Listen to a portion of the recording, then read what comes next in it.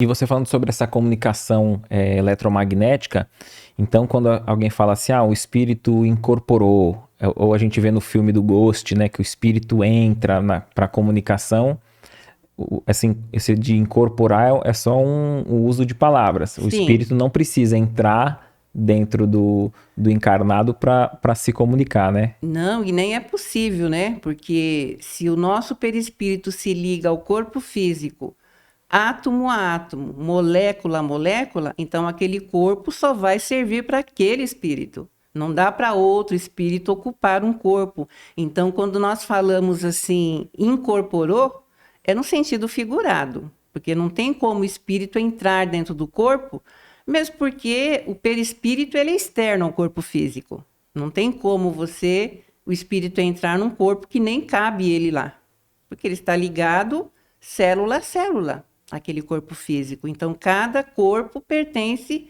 a um espírito. Então, a palavra incorporação é no sentido figurado mesmo. Não é possível isso acontecer, né?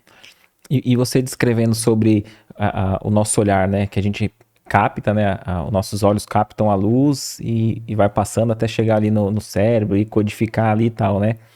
Aí eu me lembrei que uma vez eu vi um documentário de um pintor que ele era cego.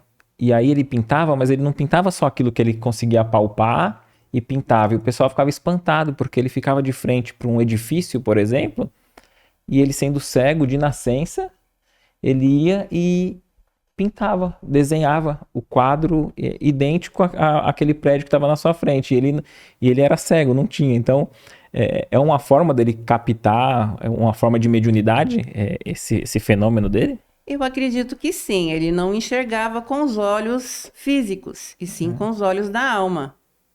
É possível que seja assim. Não tem como dizer Sim. né? Porque a gente sempre precisa analisar tudo, mas é possível. Ó, É interessante, possível. interessante. Porque o médium pode ser cego e ser vidente. Ele não vai enxergar com os olhos físicos, e sim com os olhos da alma. O que você achou desse corte? Coloca aqui nos comentários a sua opinião sobre esse tema.